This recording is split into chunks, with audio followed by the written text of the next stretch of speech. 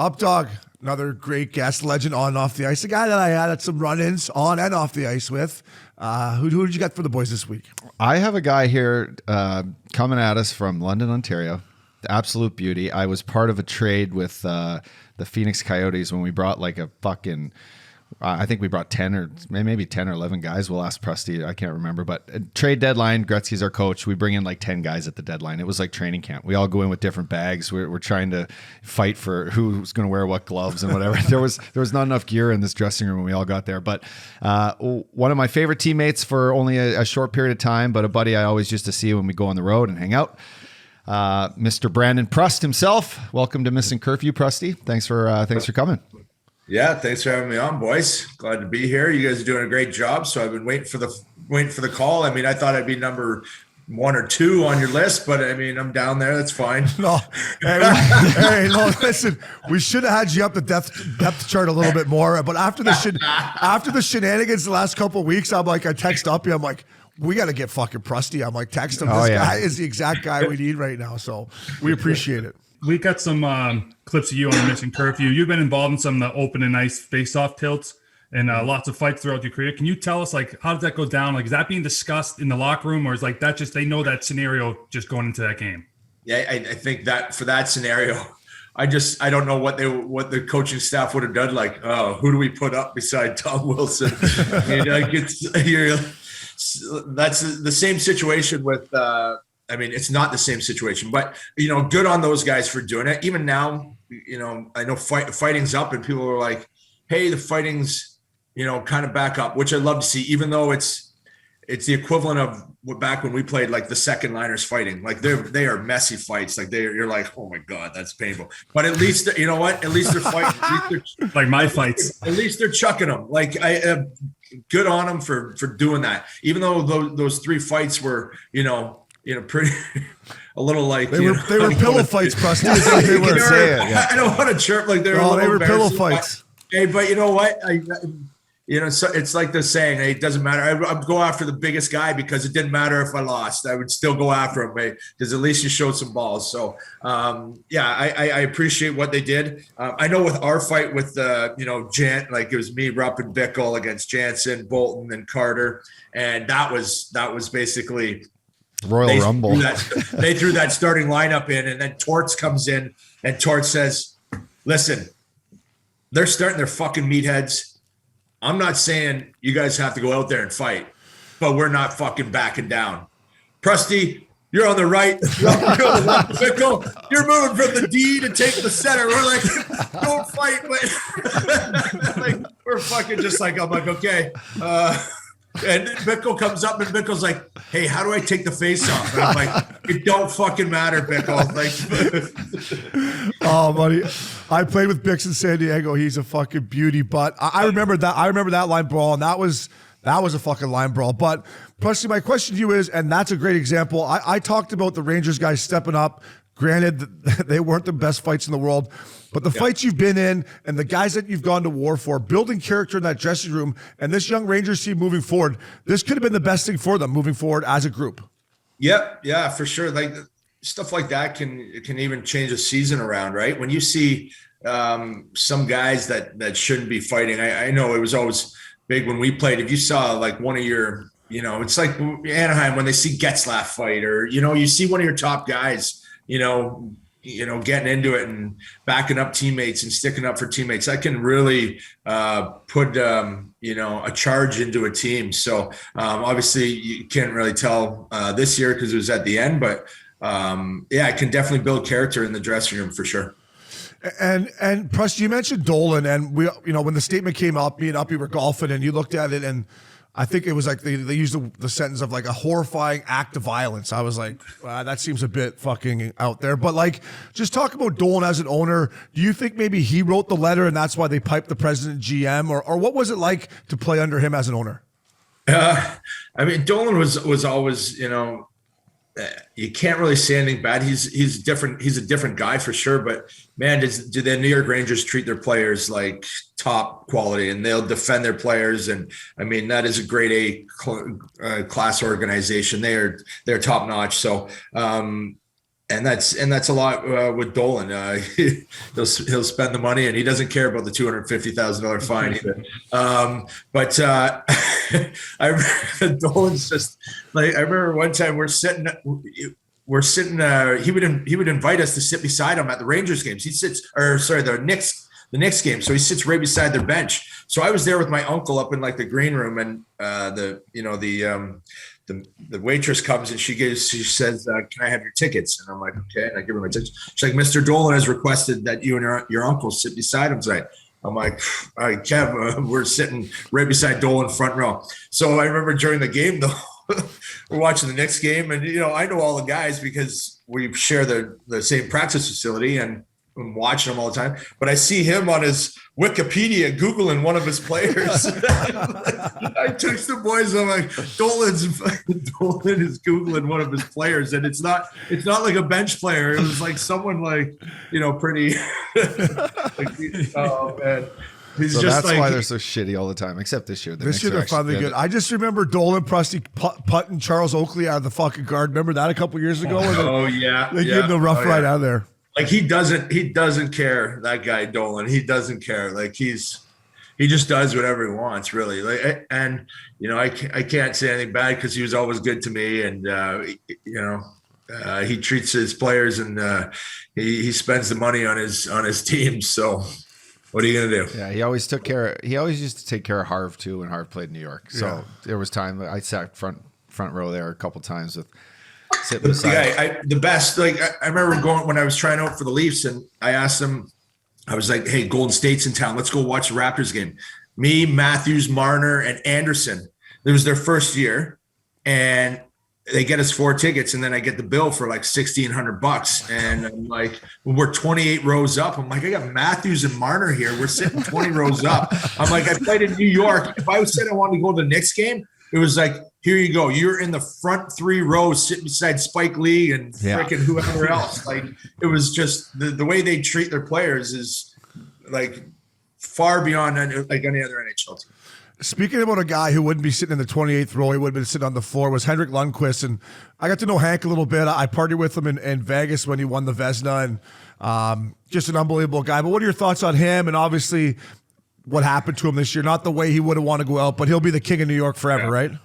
Oh, for sure. Yeah, that guy's a legend, and he was one of my good buddies. I still talk to him lots, and see how he's doing. And he's just a competitor. He didn't want to. He wanted that cup. He was hungry for it, and sucks what happened to him, but he is definitely the king of New York and always will be.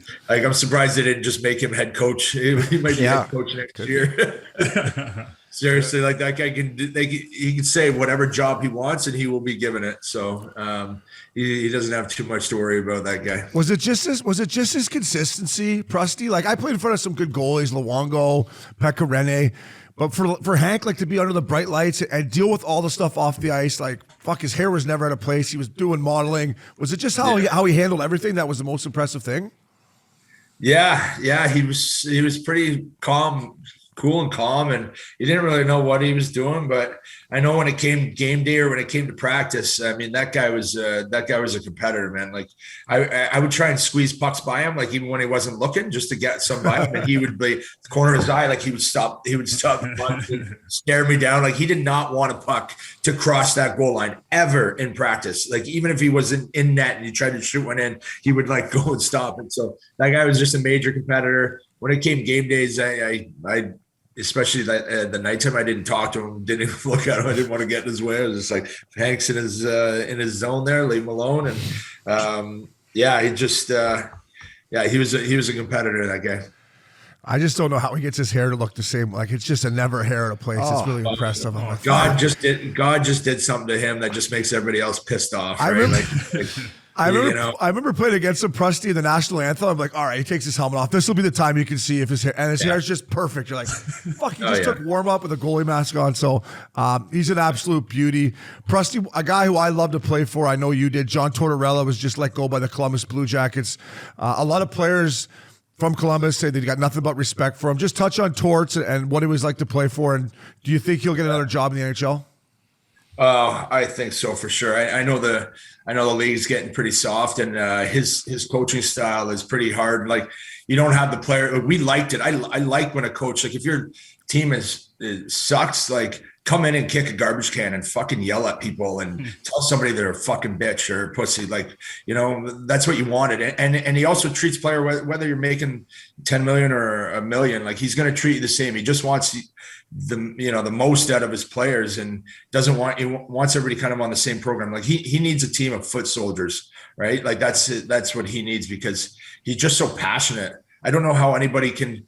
I can see how people don't like him, players, because he will get on guys, and you can see him if guys don't. Some guys go the other way, right? So I know guys like us, if you kind of get yelled at, it will make you better, right? Like, you're like, all right, he's right. But you get the top guys, and they're like, never been yelled at like that, and they'll be like, what the fuck is this guy doing? Shut up. Like, I know what I'm doing. I'm the best player, and you can see them kind of dwindling. I watched players kind of get worse the more he rode them. So I think he has to learn, and I don't know if he has, but it looks like he hasn't, because of the way what he did with Line A as soon as he got there. So he's still riding those guys. But for guys like us, I know that we appreciated it and we loved it. This guy was X's and O's, amazing coach. The game plan, this guy just lived and breathed hockey and was just so passionate. So I look at Trump. I look at Torts as like the Trump of hockey. People don't like him. People don't like him because he's mean and he's super, says what he wants. That's Torts. He's the Trump of hockey. And but in the background, like, fucking, the guy's just passionate and a fucking great dude. I love Torts. He's just a passionate guy. Yeah, he was mean to me. I didn't go fucking sulk. Like, people can't take that nowadays. So, but he'll get another job for sure. He's a great coach. What about a guy like Brad Richards? What was so, like, important about him that Torts loved? Because he had him in Tampa. They won. New York. Yeah. It seemed like it was so much respect. But you look at the way Richie would have played. Like, if you're that skilled guy, you better do things every night that like Torts loves, right? Because you do hear guys like Obi and yourself, guys that Torts just knows what he's going to get. And like, he expects it out of you, and you love like the fact that, okay, Torts is going to be hard on the good players. There's a respect factor within your room. We had. I think Richie just, he played the game the right way, right? He didn't cheat, right? Offensively. Torts hated when guys cheated offensively, right? So Richie was never that type of guy. He took care of his own end. And, maybe if he's not like, even near the end of his career, like diving in front of shots or penalty killing and stuff, he still played the game the way that Torts wanted to do and would still win the battles. That was it for Torts, right? Like, don't be cheating. Make sure you're winning your battles. You're still playing, the physical game. Obviously, he's not out there crushing guys, but Richie just played that brand of hockey that Torts loved, right? Play it this way, and Richie did that. I remember when Richie first got to New York, it was like, the first year, and Richie and I became good buddies, and Richie started off a little slow, and we started off a little slow, and Torts just, being Torts, just, this guy probably didn't sleep, right, if we were losing.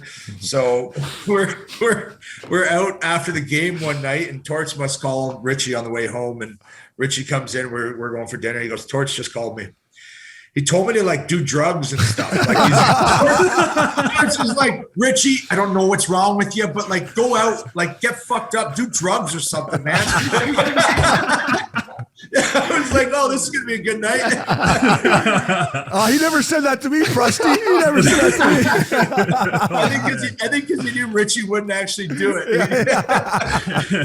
Just lighten up a bit, a little false hope. That's fucking hilarious. Prusty, what was it like playing with guys like Sean Avery's and Alex Burrows and Derek Dorsett, guys that just love to wreak havoc in games? Like, were you guys just kind of in the locker room looking at each other each night before games, like, how the fuck are we going to disturb this game tonight? Which guys did you say? Sean Avery, Burrows, and Dorsett. Oh, yeah. Well, I never played with Dorsett. Well, I played with Dorsett in Vancouver. Yeah. So, playing with Dorsett, Avery. Yeah, we would always – that's a funny thing, right? But I always found it more with like because I'd always play with like the heavyweight. So I know sometimes there was like a competition in that way of I would want to give him a break, and I'll be like, yo, I'll take their heavy tonight just to give you a break because you've been fighting their heavies. But Avery, like Dorsett and stuff, like, yeah, those guys I would, you're always like, hey, we got to spark the team, hey, let's just fuck. Even playoffs, I know a couple times if you kind of lose that first game or you're down, and it's like, hey, these first couple shifts, there's not a puck. Like we're just fucking hitting everything. We're changing momentum. So yeah, there's always fun stuff like that. I enjoyed playing with Aves. Aves and I, played good together, and we fed off each other pretty good. But it was always interesting to see what Aves was going to do next and what kind of brawl we were going to get into. Like the one against Edmonton when he fucking dropped Ladislav Smid. Oh man, that was a good one. We didn't talk about that. That one just happened. Hey, Prusty, the last thing on the Rangers before we move on to some stuff up in the North Division, your old Montreal Canadiens. I always used to say, especially this beauty, I'm like, fuck, I would love to play in New York. And now looking back, I'm like, what if I really loved it though? Like how hard, not the fans, I'm talking about away from the rink, the distractions and everything's going on and the fucking hottest girls in the world. Like, do you just have to get there and be like, okay, I'm a national leaguer, pick your spots? Because I gotta be honest, I don't know how well I would have picked my spots in New York City. I can see Uppy's really interested in this conversation. Well, I've been out with you in New York, like before and after games, so I know exactly what. You know what I mean? But I know exactly how to do it. I didn't play there, but I know how to do it. No, I know how to do it too. When I come in and play the Rangers and we don't play the Islanders for 2 days, I could go buck diddy with Mac L. But if I'm Prusty and I'm playing there, like, was it hard or how did you embrace it? It was hard. I think it can be. We had a pretty good group of guys too, where we'd get after, but we also didn't always, push it crazy. But we had a good group of guys that liked to, we were going out for sure. And definitely the women in that city is incredible. You got every model, every hot model in the world, an actress, and if you play for the Rangers, if you play for a professional sports team in New York City, you can have your picks. So it's definitely a distraction, but you got to keep your head on. You got to be, we're pretty good that way. I think we also had a good team. We knew we had chances to win and stuff, but we definitely, New York can be a tough place, but man, did I love that city. Just walking around at night and just going to cool little bars and restaurants and some of the best food, and you meet the most interesting people. Like you can wear whatever you want, and it's like you can literally wear whatever you want, and it's like, oh, that's the fashion. Sorry. It's crazy. Yeah, it's a good town. I used to love just peeking over my left shoulder on that bench at MSG and checking out who's behind Prusty. Yeah, he was behind Prusty on that bench over there. Those were Dolan's. Those are Dolan's boxes. He'd just fill it with world-class models from all over the world. Oh yeah. Uppy, who was the hottest girl you've seen behind that bench there? I ended up taking one out on a date one time. She's a Canadian chick. I'm not going to mention her name. Prusty might have, he might know. I think I might know who it is. Yeah, because I ended up meeting her down in Florida. But no, that's, in fact, another story. In warm-ups, I was skating on the other side of the benches next to the penalty boxes. There was this smoking hot babe working with a little clipboard in her hand, and I couldn't stop smashing my stick against the glass to get her attention. And then finally, she starts laughing at me, right? So I'm like, okay, I got her. I go over to Frosty on the bench and I'm like, Frosty, you know the drill. And then when I'd say that to him, he'd write my number on a puck or at least my name with an @SUpshall9 or whatever on my Instagram. Yeah. And I go over and, catch her eye again and then just fucking toss the puck over to her. And then shortly thereafter the game, get a little text or a DM and that's all she wrote. But she worked for MSG. So Dolan, good job on hiring and packing the girls. Oh yeah, we used to always jump. I used to TV timeouts. You're always jumping over the boards, doing the little lap there and stretching on just to look behind the bench. Prusty, there was something about those lights at MSG though, because I remember sometimes I'd wake up from my pregame nap at whatever hotel in Manhattan, be on the bus going through traffic in the city and be like, this could get ugly out here tonight. Fuck, the Rangers are good. But then you come out there, they fucking put that bright lights on you, the energy. And I was like, all of a sudden, I wasn't fucking hungover anymore. Just the excitement there every night's got to get you just juiced, right? Yeah, it was better the old gardens. Now that they've renovated it, I remember playing there, and it wasn't the same because it wasn't like they were on top of you anymore. Kind of the old fashioned way was they were really right on top of you, and the fans are just awesome. They're, some of the best fans in the NHL easily. And they were right on top of you. And it's like they light up that ice. It's the stands are a little darker, but the ice is just lit up like a Christmas tree. And you come out, that place, and you're just you're at MSG. You're at the most famous arena in the world. So that building puts gets your blood pumping. They actually put a clip up on our social media, Missin Curfew, when Marty St. Louis. You never played with Marty, though, did you? Or did you play with Marty? Oh, never played with Marty. The Mother's Day one. When he scored the Mother's Day goal, was in the playoffs, and that fucking MSG, Prusty, was rocking to that goal. That was against us, right? That was the overtime winner. Was it the OT winner against the Montreal? It might have been. Yeah, it might have been. Yeah. I was watching from up top. I got suspended for hitting Derek Stepan, breaking his ball. Oh, yeah. Oh, that's right. Your buddy. I'm pretty sure. Yeah, my buddy. Hey, it's for love of the game, boys. It's for the sport. There's no friends out there. Oh. I've taken a few two hands from you in my day. Damn sure. Oh, yeah. Yeah, Prusty, I was actually going to ask you about that because you've obviously playing in New York. You've obviously loved that experience. And I wanted to ask you about your experience of playing in Montreal. Like being underneath that microscope, does that become a pain in the ass? Did you think guys kind of don't want to play there? Or did you enjoy playing for a big-time Canadian city? I do. I like that atmosphere. I feel it makes me better. I like that adrenaline rush. I always like playing for hockey market teams, and Montreal is that's an adrenaline rush right there, right? Going out in front in the Bell Center, especially during playoffs, and But in Montreal, the media can be, it can be a lot. Some guys. That's why a lot of guys are just happy playing in Dallas and Florida and Anaheim and LA. Like they just play the game and they don't have to worry about all the bullshit away from the rink, right? So pricers, those guys don't even want to go to the grocery store anymore. Like they can't live a life. So I don't, you don't feel sorry for him because he's had a great career, but I would love to see him, kind of be himself again, right? And just live as a human being, because he's literally kind of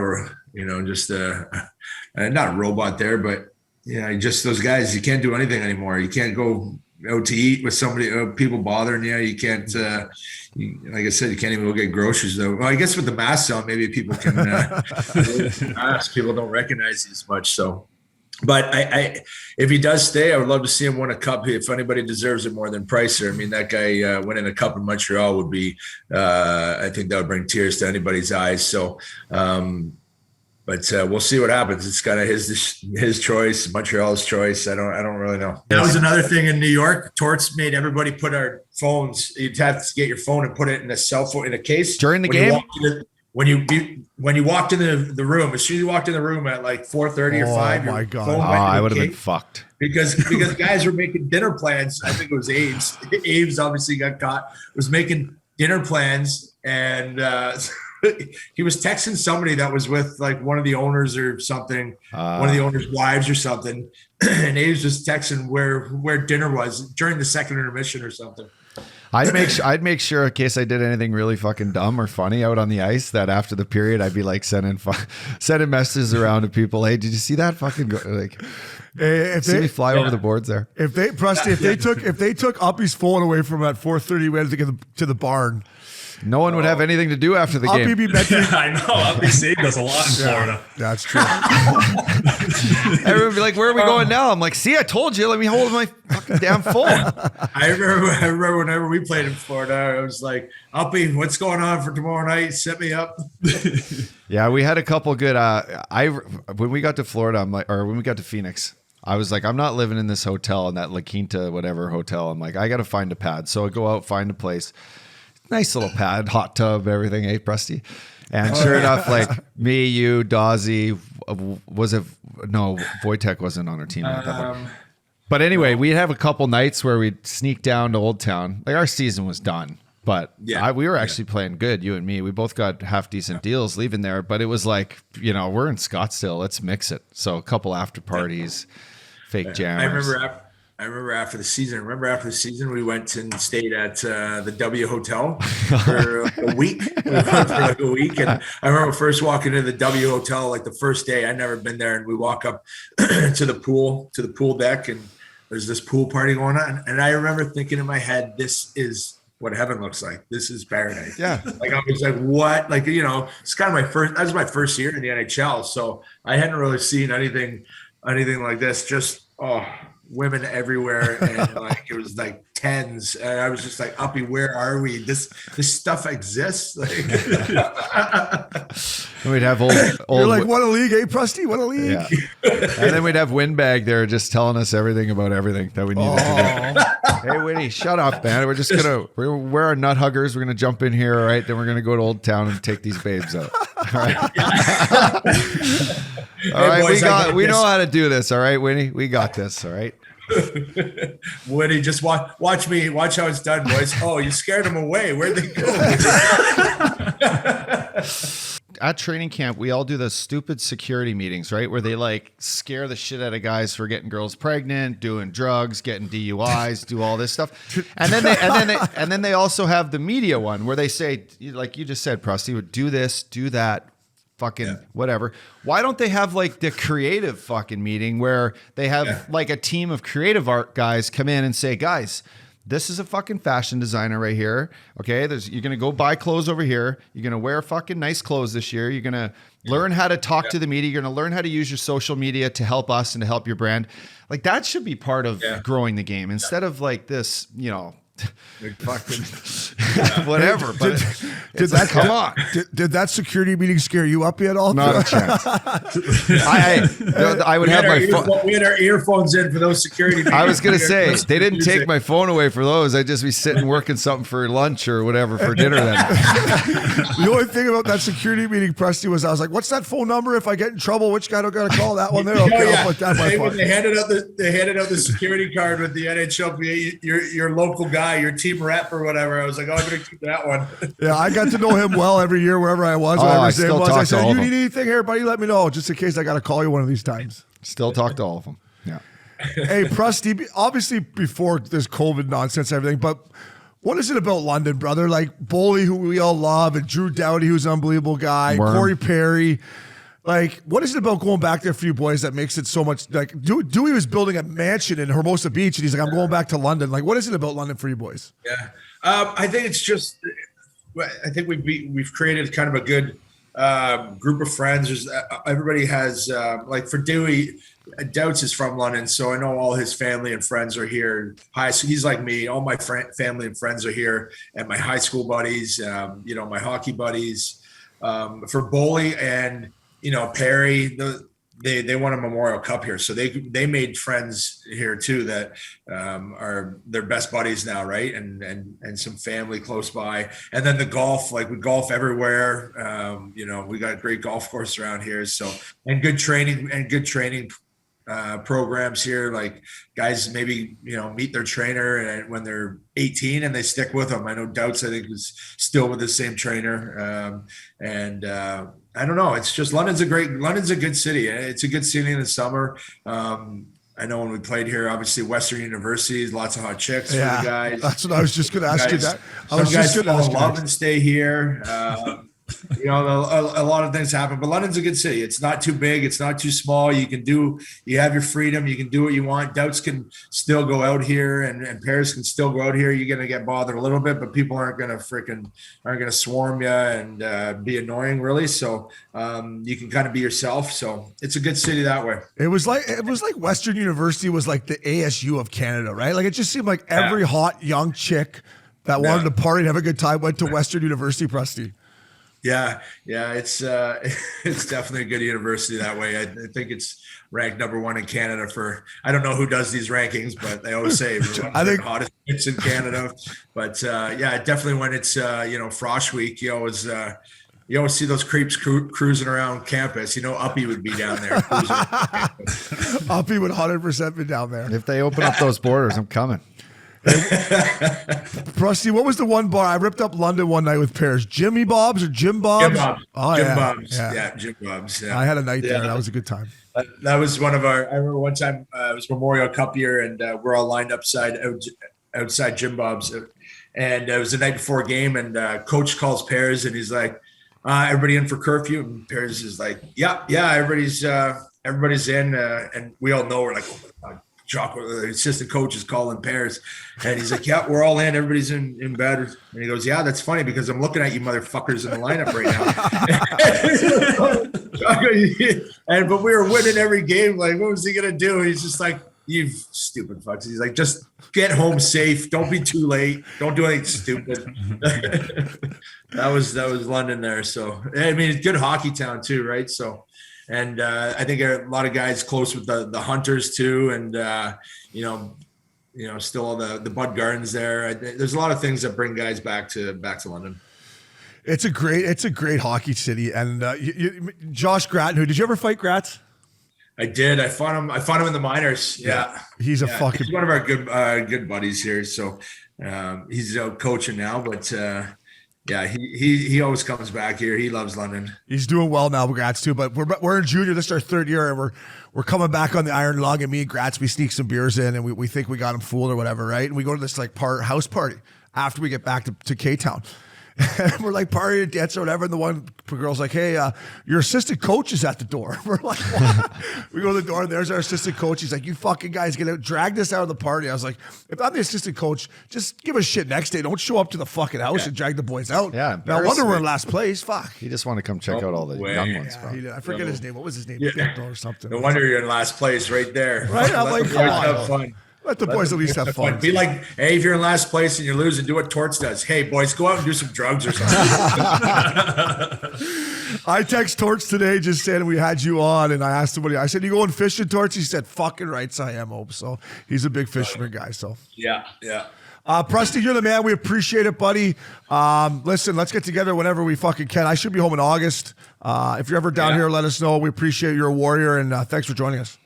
Yeah, I'll hit you guys up for some golf when I'm down there. All right, boys? All right, fella. Sounds good, Prusty. Thanks, man. Thanks for having me.